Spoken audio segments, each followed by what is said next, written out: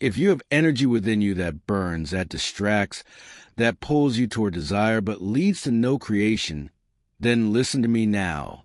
This fire was not given to you to waste in indulgence. It was given to build empires, write great works, lead nations, and conquer yourself. The greatest men in history were not free from lust. They were masters over it. They took the very power that ruins the common man and transmuted it into vision, enterprise, and immortality. You will not escape this force, but you can command it. And once you do, your energy will no longer betray you. It will build your legacy. This is not for the weak. It is not for the drifter. It is for the man who is ready to take what once ruled him and bend it to his purpose. What you will hear in this instruction is not a suppression of energy. It is the elevation of it. And when you apply it, you will become unstoppable. Now listen, not with curiosity, but with a decision to become master over yourself. There is no force within the human body more potent than sexual energy. It is the invisible current that moves empires, topples kings, drives men to conquest, and fuels the highest expressions of art, invention, and genius. It is the root of all creation. Every child, every idea, every movement of consequence was sparked by this primal power. But the same force that builds nations has also destroyed men by the millions. The same current that once empowered great builders has wrecked those who lack discipline. This is the secret that few will speak plainly. What you do with this energy will determine whether you rise as a master or fall as a slave. If you are controlled by lust, you are not yet a man. You are not yet initiated into your power. You are a servant to your lower nature. You have not harnessed a fire. You have let it consume you. And let me be very clear. You will not command fortune. You will not lead men. You will not influence history if you cannot first govern your own flesh. That is not a judgment. It is a law. Sexual energy, when transmuted into higher action, becomes a driver of all real achievement. Look to history, and you will see its pattern. The emotion of sex, so misunderstood, so misused, has been the secret behind the endurance of visionaries, the stamina of warriors, and the magnetism of leaders. When properly directed, it becomes persistence, charisma, focused thought, and creative genius. The greatest musicians, the greatest orators, the greatest captains of industry, none were without this burning power. But what distinguished the great from the forgotten was this: they governed it. They made it serve their purpose. They transmuted it into legacy. No man ever achieved greatness who did not master his sexual nature. This is not speculation. This is not morality. This is law. Study the giants of history, men who shook the world with ideas, invention, and power, and you will discover that beneath the surface of their labor was a deep current of restrained, redirected energy. Thomas Edison, who labored through the night in pursuit of invention, was a man of relentless concentration. He did not waste his vitality on indulgence. He invested it in purpose. Leonardo da Vinci, whose mind brought forth sketches centuries ahead of his time, believed that a man's strength and clarity could be preserved and elevated through sexual restraint. He was not passive. He was disciplined. That is the difference. This is where the average man goes astray. He thinks power means indulgence. He believed the mark of manhood is found in conquest of others. But true mastery is not outward. It is inward. It is not the man who can seduce 1,000 women who build a legacy.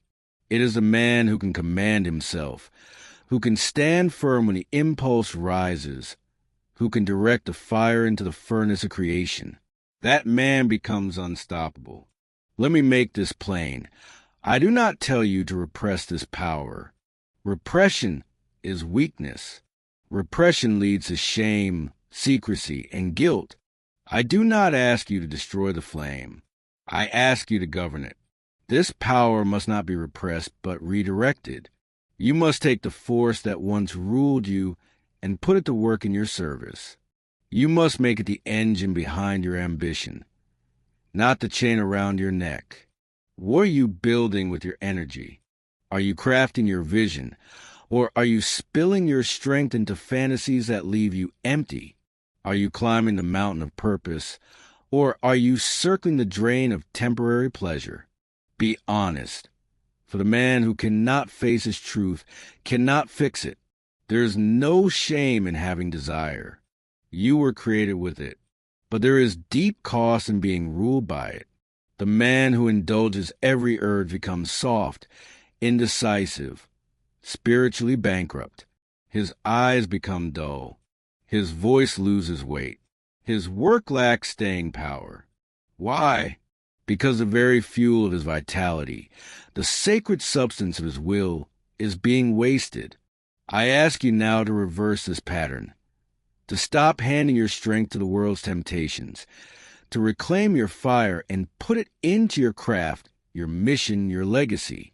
Every time you withhold indulgence and act on purpose instead, you become more powerful. You sharpen your mind. You deepen your spiritual connection. You send a signal to the subconscious that you are no longer a victim. You are a commander. This shift begins with a decision. And once a decision is made, it must be enforced through habit. When the impulse to indulge arises, you must act not on the impulse, but on your purpose. Stand up, move your body, breathe deeply, recite your definite chief aim. Begin working with your hands. Write, create, build, plan, call, serve, transmute. This is how kings are formed, not by feeling something, but by directing it. Let this now become your first command over the day. I am not my desire. I am the director of my energy. I command my passions. And say it again, not quietly, not as a question. Say it as a declaration of identity. For as you speak, you instruct the subconscious. And as the subconscious accepts the instruction, you become what you repeat. This is not mystical. It is mechanical. You must begin to understand your body as a vessel of power, not a toy for pleasure. Your mind is the governor. Your energy is the servant. When this alignment is in place, nothing can stop you. Women will respect you more. Men will follow you. Your presence will sharpen. Your vision will intensify. Your willpower will grow. Why?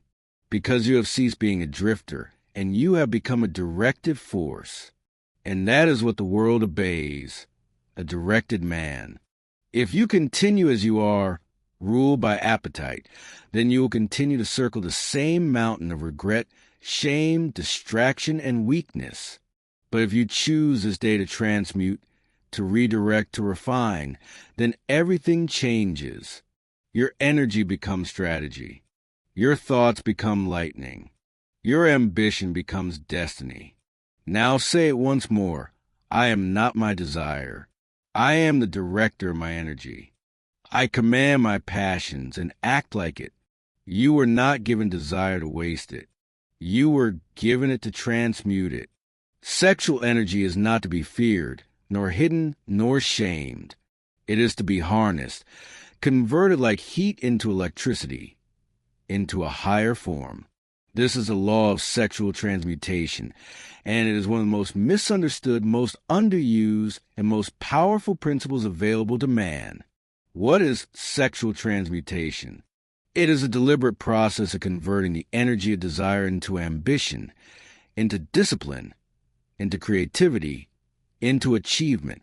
It is the elevation of a force meant for reproduction into a force for greatness. It is the taking of that which is primal and transforming it into that which is immortal. The desire that once ruled your body can become the engine of your empire, but only if you direct it. You must understand this. Energy cannot be destroyed, but it can be elevated. It can be diverted. It can be lifted. The same fire that burns down a village can be harnessed to power a city. The same river that floods a land can irrigate crops when governed by a channel. So it is with the emotion of sex. The man who seeks to repress it will fail. The man who seeks to indulge it will become a slave. But the man who chooses to redirect it, he becomes a force of nature. The fuel of sexual energy is emotion, and emotion is the language of the subconscious mind. Whatever emotion you attach to thought, your subconscious begins to reproduce.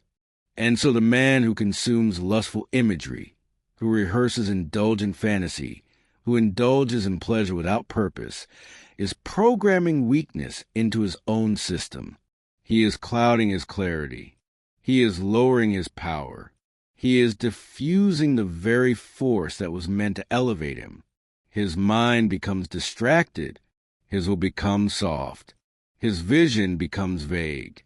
But the man who transmutes, who takes that emotion and attaches it to his definite chief aim, he becomes sharp, strong, focused, and unstoppable. His mind receives a charge of energy and uses it to build. His emotions begin to support, not sabotage. His subconscious, trained by discipline, begins to work day and night toward his chosen destiny. The fire no longer burns him. It carries him. Now here's the principle that must become law in your life. Transmutation begins with attention. What you look at, you feed. What you dwell upon, you become. Where your eyes go, your energy flows. This is not poetic. It is mechanical. If you fix your gaze upon indulgence, your energy will follow. If you fix your gaze upon your vision, your energy will follow. The direction of your life is determined not by the strength of your desire, but by the direction of your attention. So I ask you, what are you watching? What are you imagining? What are you craving in secret? You cannot build in the light what you are poisoning in the dark. You cannot walk in power while indulging in weakness. You cannot speak of purpose while feeding addiction. These are not moral statements. These are success principles. You must now become ruthless about what enters your eyes, what lives in your thoughts, and what commands your attention. Every man is tempted. That is not the issue. The issue is, what does he do when the impulse rises? And here is your instruction. Do not act upon it. Channel it into your definite aim. Do not repress it. Redirect it. When the fire rises in you, do not let it burn down your discipline. Turn it toward your work, toward your craft, toward your family, toward your physical training, toward your voice, toward your vision. Write, speak, build, move. Do not lie still and be ruled. Stand up and rule. You must become the conductor of this power, not its prisoner. And when the moment of temptation comes, do not wait. Act immediately toward your aim. Speak it aloud. Write it down. Call someone who sharpens you. Begin a task that demands focus. Walk into the cold air. Breathe deeply. Recite this command until your lower self bows to your higher calling. I am not my desire. I am the director of my energy. I command my passions. This must become your internal law, the automatic command of your soul, because the war is not just external. It is inside your thoughts. And he who wins there wins everywhere. You must no longer drift into indulgence and call it being human. You are not just a body. You are a builder, a thinker, a leader. And the men who shape history are not the ones who follow every impulse. They are the ones who master it. Look to the giant of progress, the men who built, who forged, who changed the course of civilization. Thomas Edison trained his body to obey his mind. His appetite was governed. His schedule was sacred. His sexual energy was converted into relentless experimentation. He worked, not because he had more energy than other men, but because he used it better. Look also to Leonardo da Vinci, whose journals show a man obsessed, not with indulgence, but with exploration. His focus was not diluted. His energy was preserved. His thoughts became vision. His vision became art. His art became immortality. And what of you? Will your energy become evidence of your purpose, or a eulogy to your wasted potential? That is the choice. Now say it again, and say it as a king taking back his throne. I am not my desire. I am the director of my energy. I command my passions. From this day forward, your passion will no longer be spent in secret darkness. It will be invested in public discipline. Your desire will no longer be a leak. It will be the furnace that drives your work, your wealth, and your witness. And when you feel the fire rising, you will not fear it. You will transmute it. There is a war raging within every man, not with the world, not with others, but with himself. The greatest battle is not fought on fields, but in the mind. It is the quiet war between desire and discipline, between appetite and aim, between the flesh and the will. And the man who wins this war gains not just peace. He gains power. This is a lost art of self-conquest. And without it, no man becomes great. Self-mastery is the highest discipline. Every fortune, every invention, every kingdom of industry, every spiritual authority flows from this root. All riches are downstream of personal control. The man who cannot govern his own hands, his own words, his own eyes, his own impulses will never govern a business, a family, a city, or a destiny. He may possess knowledge. He may have talent, but without mastery of self, he remains a servant, tossed about by feeling, driven by appetite, enslaved by lower instincts. The truth is this: the man who cannot govern his own appetites will never govern anything greater. If your stomach rules you, you cannot rule the marketplace. If lust controls your vision, you will lose clarity in your decision. If pleasure is your compass, then legacy is not your destination. But I now offer you something higher than mere restraint. I offer you inner royalty. A man becomes king over circumstances only when he is king over himself. He does not need gold to walk with authority. He does not need a crown to act with power.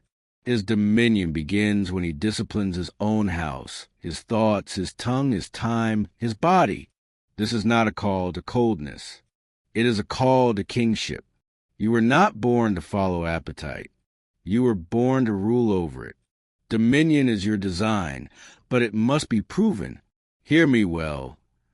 God cannot trust a man with dominion until he has proven dominion over self.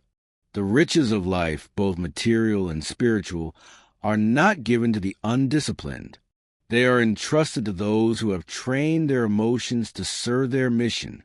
Look to Henry Ford, the great builder of industry. His vision was not born in indulgence, but in restraint.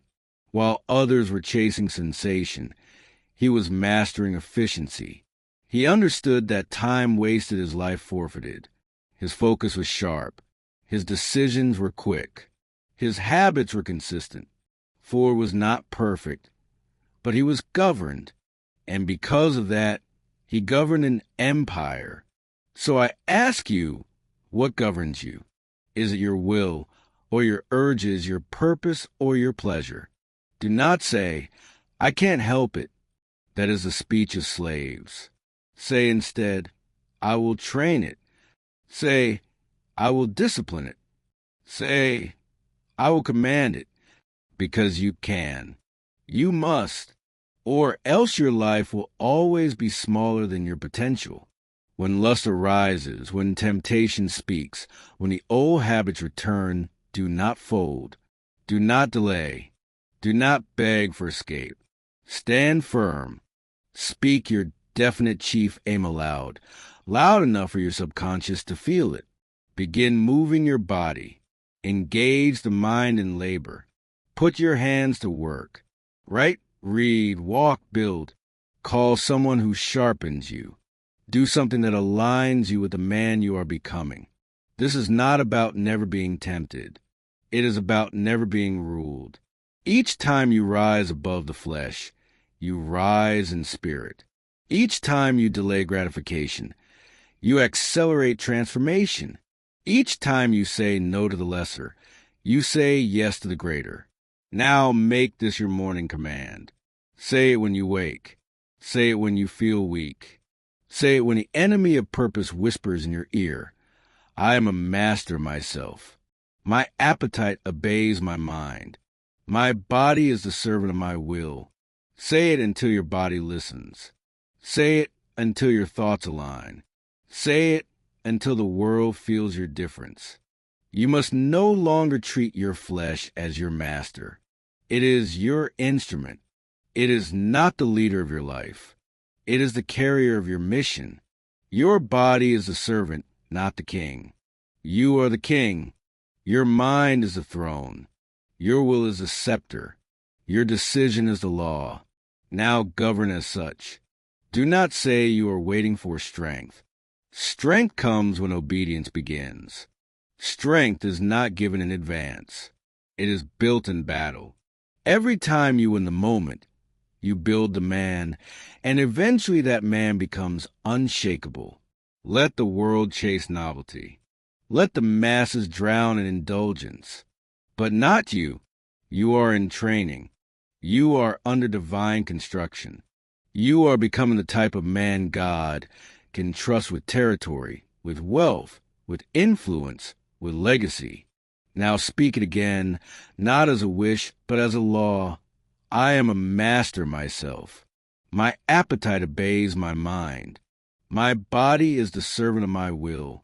And then prove it with action, not once, not sometimes, but daily, hourly, when no one sees, especially then, because that is where kings are made, in silence, in secret, in struggle. Lust is not harmless. It is not a mild diversion. It is not a private indulgence that leaves the soul untouched. No, lust is a silent killer of ambition. It erodes a man not with fire, but with softness. It does not strike him down in one blow, but dulls him day by day until his edge is lost, his vision blurred, his spirit weakened. The man who does not conquer lust will eventually be conquered by it. Let me speak with no hesitation. The man who indulges in pleasure before purpose loses both. The pleasure fades into guilt. The purpose dissolves into apathy. He becomes fragmented, uncertain, and ineffective. He may still speak of goals, but he no longer possesses the fire to pursue them. His mind begins to retreat. His energy leaks. His will become soft, and worst of all, he doesn't know why. The ancient stories carry truth for those with ears to hear. Consider the story of Samson, the man born with strength beyond any warrior of his time. His power was not earned by labor. It was a gift. His victories were not built on strategy. They were the result of divine favor.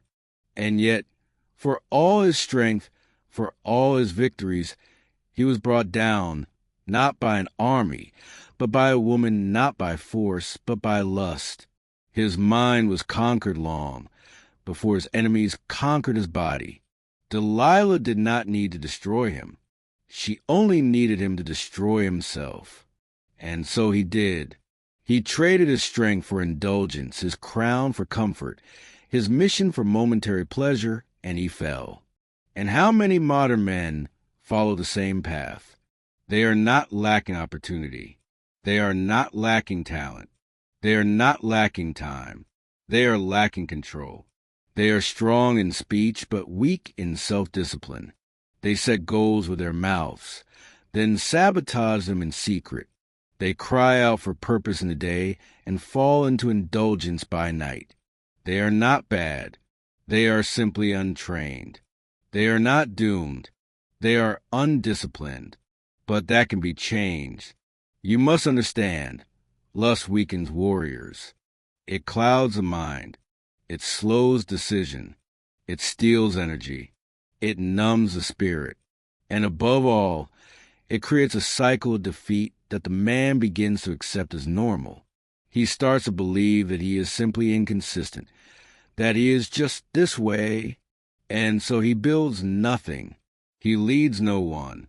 He fulfills no legacy. He drifts, and drift is the great destroyer of men. But you were not born to drift. You were born to dominate. You were not born to serve your senses. You were born to rule them. Every impulse that rises in you is a call to action, and every action you take is a vote for the man you are becoming.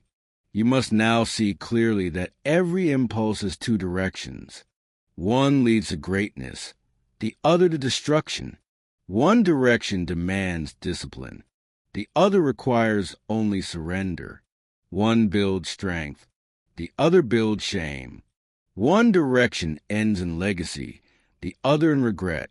And every time you are tempted, you are being asked, which man will you feed today? The world will not warn you. It will dress lust in fine garments. It will celebrate indulgence. It will mock restraint. But you must remember, the world does not build great men. It devours them. If you wish to rise above it, you must live by a higher law. Now you may say, but the pleasure feels real. And yes, it does. But understand, it is a temporary high that costs you permanent power.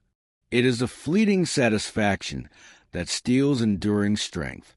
It is the moment that robs you of momentum. It is the softness that kills the spirit of the warrior. Contrast this with a man who transmutes his desire. He does not lack energy. He has more. He does not live in shame. He walks in clarity. He does not apologize for his strength. He commands it. He channels the same desire others waste. And because of that, he builds where others break. He advances where others stall.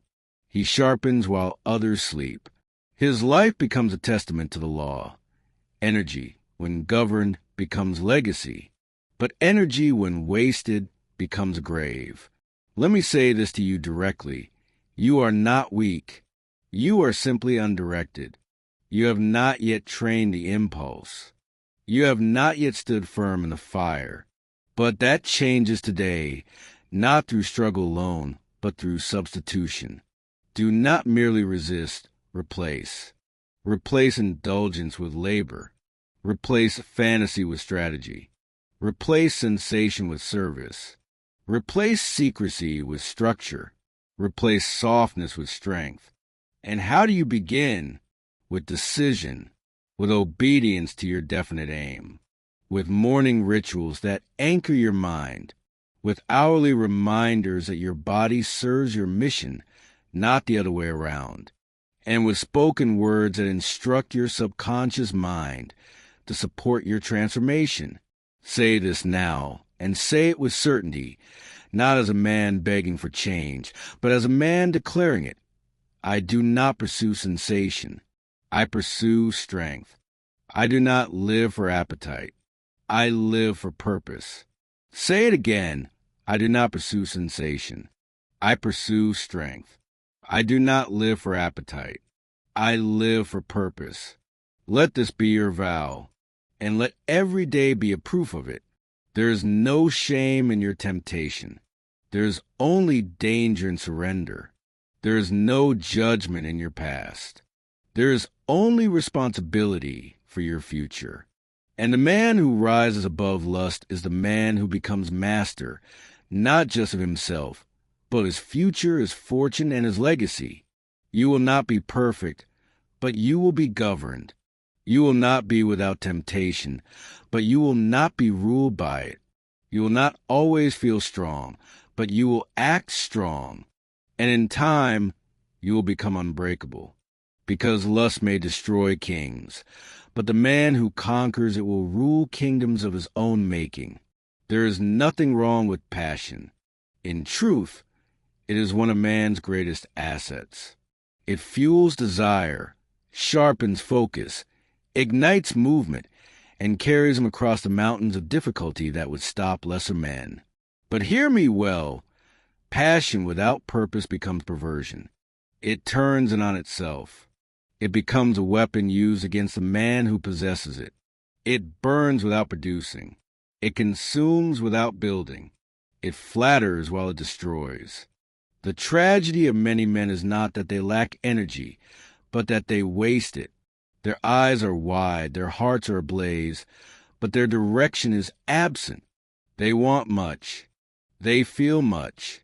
But they build nothing because they have not yet decided what they are here to do. And until a man has found his purpose, he is a slave to every appetite, every emotion, every whisper of distraction. Men without aim will always be slaves to emotion. Emotion needs structure.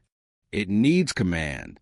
Without it, the strongest impulses, sexual desire, ambition, hunger for meaning, become scattered, diluted, or turn against the man himself. Lust is not evil by itself. It is simply misplaced focus. It is energy with no destination. It is power with no blueprint. But when you find your definite purpose, and more than that, when you commit to it daily, you give your passion a home. You give it walls to press against. You give it direction, and that direction multiplies its strength. A man who feels strong emotion, but is unclear in aim, is like a horse without reins. But the man with aim harnesses his power and directs it toward greatness. Look to the life of Andrew Carnegie, a name engraved in the story of wealth itself. He was not born into privilege. He did not inherit fortune, but he had a purpose that devoured excuses.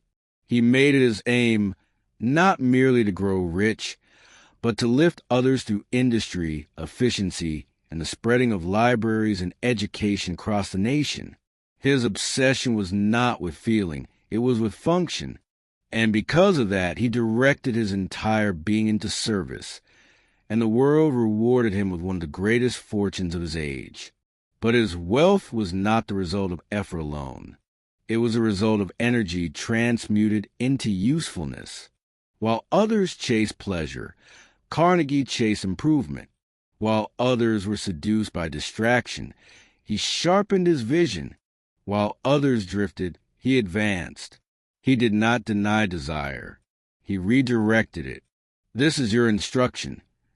You must now begin to direct your energy into writing, building, planning, working, serving, and speaking. You must replace indulgence with impact. When temptation whispers, act. Do not freeze. Do not analyze. Do not argue. Work, move, build, serve, lead. Do something that proves you are governed by purpose, not feeling. Let me be very plain with you. You cannot afford idle time. You cannot afford mental vacancy. The man who sits in stillness without structure becomes a target for distraction. But the man who fills his time with mission becomes impenetrable. His purpose becomes a fortress, and his energy becomes a weapon of creation. Let every hour have a name. Let every morning begin with instruction. Let your day be governed not by mood, but by assignment. Speak your definite chief aim aloud, especially when temptation rises. Say it with force. Say it until your lower self bows. Say it until your subconscious awakens. Let the fire of your desire burn toward your future, not toward fantasy. This practice will train your system. It will build a new association. Desire equals direction. Lust equals labor. Impulse equals impact. In time, your body will respond with purpose, not indulgence, because the law of repetition will have done its work. You must now become the kind of man who is obsessed with his duty, not as a burden, but as a privilege. The man with purpose does not resent sacrifice. He glories in it. He sees every act of restraint as evidence of growth. He sees every moment of redirection as another brick in the foundation of his empire. Now speak this into your being, not softly, with authority. My energy builds.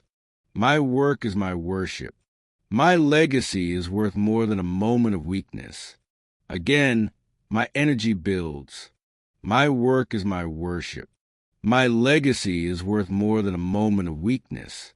These words are not mere encouragement. They are tools, weapons, instructions.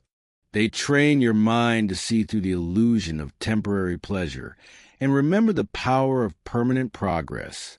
And understand this. Pleasure is not wrong. Rest is not weakness. But neither must be given leadership over your days. Let them follow your labor. Let them be the reward, not the master.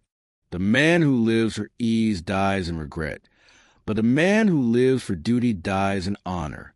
Purpose is the compass. Let it point true north. Let every desire be weighed against it. Let every action be a step toward it. And if an impulse does not serve your mission, slay it. No mercy, no negotiation, no delay. You are not here to coast. You are not here to waste. You are not here to blend in with the drift of men who once dreamed and never acted. You are here to build. You are here to multiply. You are here to lead. But none of that is possible until your passion submits to your purpose. So rise, stand, speak, write, build, move, serve, lead. Let your day begin not with confusion, but with command. And let that command train your body to obey the call of your legacy. Say it one final time, and then go prove it. My energy builds. My work is my worship. My legacy is worth more than a moment of weakness. There's a war being waged for your attention, not with weapons or noise, but with softness, comfort, and slow decay. The world today has become a breeding ground for mental weakness, emotional indulgence, and soft-spoken destruction. Men no longer rise early. They drift late. They no longer stand guard over their mind. They let anything enter. They no longer seek mastery. They seek escape. And so the world does not suffer from a lack of tools or knowledge or possibility. It suffers from a lack of men who have conquered themselves. The masses have been trained to indulge at the first impulse, trained to seek comfort before responsibility, trained to numb rather than to sharpen, trained to chase pleasure instead of principle. And the results are visible: weakened minds, scattered attention, brittle discipline, and shallow spirit. But you must not live as the masses live. You must rise above what is common. You must become uncommon. Hear me well. The masses are trained to indulge. The leaders are trained to delay. One lives for sensation. The other lives for succession. One surrenders to the body. The other trains it. One consumes. The other creates. One is governed by impulse. The other is governed by instruction. Choose now what you will be. This path is not new. The man who chooses a higher road has always been lonely. He has always been misunderstood. But he has also always been remembered. Let me remind you of a man who walked this path under the crushing weight of criticism, Abraham Lincoln. He was not celebrated in his day. He was slandered, doubted, and betrayed. He bore more weight than most men could fathom. And yet, he walked with vision and restraint. He did not fall into bitterness. He did not distract himself with pleasure. He did not seek applause. He sought only what was right. And because of this, he became immortal, not in flesh, but in impact. You will be lonely. You will be called strange. You will be mocked for your restraint. But in time, you will be sought out. You will be followed. You will be remembered. Because the world does not reward the man who fits in. It remembers the man who rises above. And what is one of the most seductive temptations the world now offers? Lust disguised as love, attention disguised as affection, pleasure disguised as connection. It flatters a man's ego while feeding poison to his purpose. He believes he is being seen, but he is being softened. He believes he is being desired, but he is being distracted. He believes he is experiencing love. But love does not lower a man. True love builds, uplifts, and elevates. Lust without aim drains. Love with vision builds. You must now see clearly. Not everything that feels good is good. Not everything that looks beautiful brings beauty to your life. Not everything that excites the senses strengthens the soul. The wise man looks beneath the surface. He asks, where does this path lead? And if the answer is destruction, no matter how pleasant the beginning, he turns from it. This requires a new kind of discipline, a new kind of clarity, a new kind of command over your environment. You will not bow to what is common. You will rise to what is uncommon. Let that be your vow. Let it be your inner law. And let your mornings become your sacred ground. When the world is asleep in distraction, you will rise in dominion. You will not begin your day with gossip, indulgent thought, or mental drift. You will not check what the world says before checking what your soul says. You will not start the day reacting. You will begin by commanding. The morning hour must be cleansed of all pollution. No lazy speech, no lustful thoughts, no meaningless consumption. You are not a beggar of stimulation. You are a builder of destiny.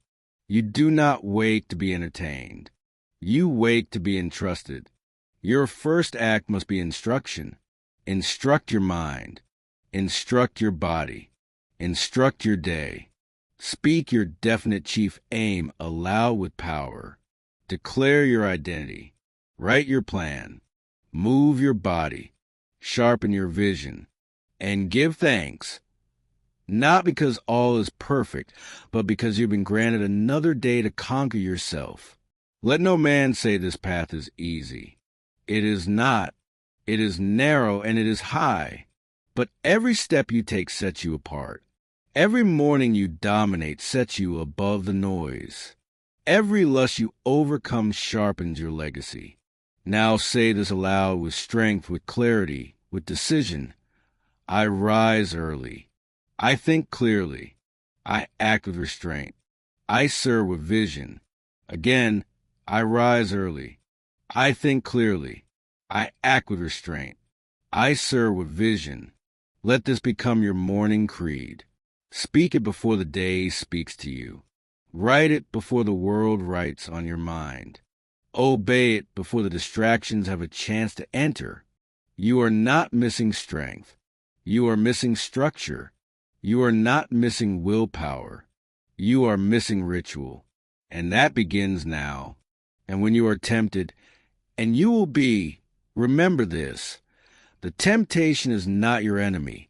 It is your mirror. It shows you where your weakness lives. It shows you what you must train. It shows you what you still serve. So when it rises, do not despair. Stand in it. Look it in the eye. Speak your truth aloud. Move your body. Refuse to feed it. And by doing so, you grow stronger. This world was not made for comfort. It was made for conquest. And the men who change it are not the men who float. They are the men who fight, not with the world, but with themselves. Now rise. Cleanse your hour. Refuse what is common, and walk boldly into what is uncommon. Say it once more. I rise early. I think clearly. I act with restraint. I serve with vision. The building of a legacy is no casual affair. It is not born of scattered hours and borrowed strength. It is not built in between distractions or stitched together with half-hearted effort. No, a legacy is carved by sustained, directed energy, the kind of energy that does not drift, the kind that does not waste, the kind that remains even when emotion fades, even when applause disappears, even when pleasure calls for attention. A man's future is not shaped by what he dreams, but by what he gives his energy to daily. And here lies the brutal truth. Every act of indulgence steals from your legacy. Every time you feed lust instead of purpose, you are not only losing a moment, you are forfeiting a piece of your power, your spiritual stamina, your mental clarity, your emotional depth, your creative fire. All of it is depleted when your energy is given to that which does not build. What you waste in lust could have written books, led nations, built fortunes, and shaped destiny. That which leaves you hollow could have been the force behind your impact. Do not tell me you lack time. Do not tell me you lack energy. Tell me where you are spending it. A man's energy is his life force. His attention is wealth. His focus is the compound interest of greatness. Every unit of attention you give is either compounding or evaporating. It is building the next chapter of your life or dissolving your strength in silence. Every hour you give to indulgence is one less hour your legacy will be remembered for. This is not poetry. It is accounting, and your destiny will be tallied by it. Let us take an example. John D. Rockefeller, the man who, by the laws of labor, focus, and control, became the richest man of his era. He did not rise through chaos. He did not climb through indulgence. He built through discipline, silence, precision, and sacrifice. He was not seduced by the glitter of distraction. He was obsessed with order. His journals were filled. His schedule was guarded. His hours were sacred. He did not give his life to appetite. He invested it into a vision. That is why he rose. Rockefeller, like Carnegie, Ford, and Edison, understood that energy is not infinite. It must be placed with care. It must be guarded with conviction. It must be channeled into something greater than the flesh. It must serve something eternal. You too must now become a guardian of your energy. You must be deliberate in every act, aware of every drift, relentless in every redirection. You must no longer spill your strength to feed a moment's sensation. That moment is not worth your legacy. It never was. And when the temptation comes, and it will, you must be ready to act not later, not when it passes, now, immediately, with force. Walk, breathe deeply, write your goals, speak your definite chief aim aloud, work with your hands, pray aloud, move your body, rouse your mind, command your spirit. Do not lie still and negotiate. Do not sit and contemplate. Act, build, move, replace, redirect. This is how kings are forged, not by wishing temptation away, but by fighting it with superior force. This is the law. You do not overcome the lower self by argument. You overcome it by action. When you act, you starve the indulgence. When you move, you regain control. When you work, you create value. And value is the opposite of vanity. Now etch this law into your being. Let it burn away every excuse you have ever used to waste your power. My legacy requires energy. I do not spill it in vain. My future is built with focus. Say it again, not as a chant, but as a declaration of war. My legacy requires energy. I do not spill it in vain. My future is built with focus. And now act accordingly. Do not confuse pleasure with peace. Do not trade destiny for desire. Do not hand over your inheritance for a bowl of comfort. You are not here to be numb. You are here to be remembered. You are not here to float. You are here to forge. You are not here to consume. You are here to create. Let your hours be clean. Let your body be governed. Let your attention be sacred. Let your energy be holy. because you are not just building a career. You are not just chasing a number. You are building a legacy that will outlive you. And such a thing demands power. Power that must not be spilled on vanity. Say it once more, and say it for the man you are becoming. My legacy requires energy. I do not spill it in vain. My future is built with focus. Let us now address a misunderstanding that has ruined many men, not only in practice, but in thought. Some have come to believe that the woman is the source of their downfall, that she is the snare, that she is the reason they cannot focus, cannot build, cannot rise. But this is false. The woman is not the enemy. Distraction is. Your downfall is not her beauty. It is your lack of discipline. It is not her presence. It is your untrained attention. She is not the one who causes you to fall. It is your response to her that determines whether you stand or stumble. We must speak with moral clarity.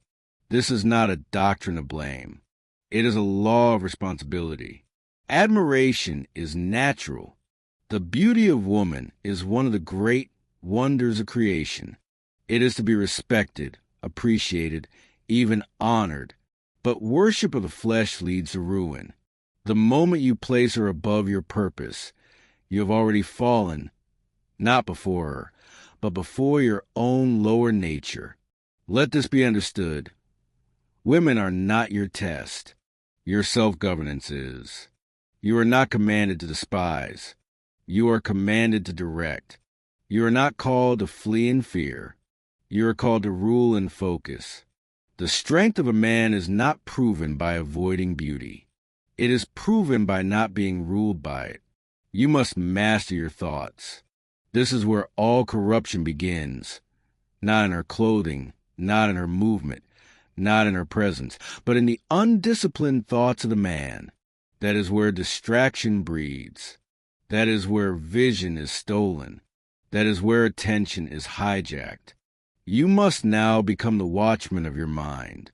You must now begin to treat your thoughts as sacred ground. No one walks upon them unless they build your destiny.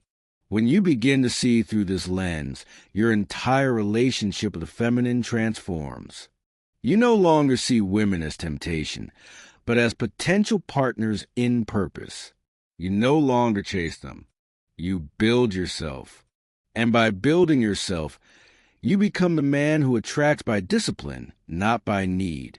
There is nothing more dangerous than a needy man. He is a beggar of attention. He is a servant to emotion. He asks for validation instead of bringing vision. He follows beauty instead of leading it. And for this reason, he is always unstable, because his value lives in the response of another, not in the foundation of his own character. But the disciplined man, he is magnetic. He does not shout his worth. He radiates it. He does not seek to impress. He seeks to become. He does not chase validation. He lives in conviction. He walks with focus. He builds with fire. He guards his time. He protects his mission. And because of that, the right people gather. The right woman recognizes him. Not because of his words, but because of his presence. Let me say this clearly. The right partner does not distract. She inspires. She sharpens. She supports. But she cannot build a king. You must already be one. She does not crown a fool. She follows a man who has already conquered himself.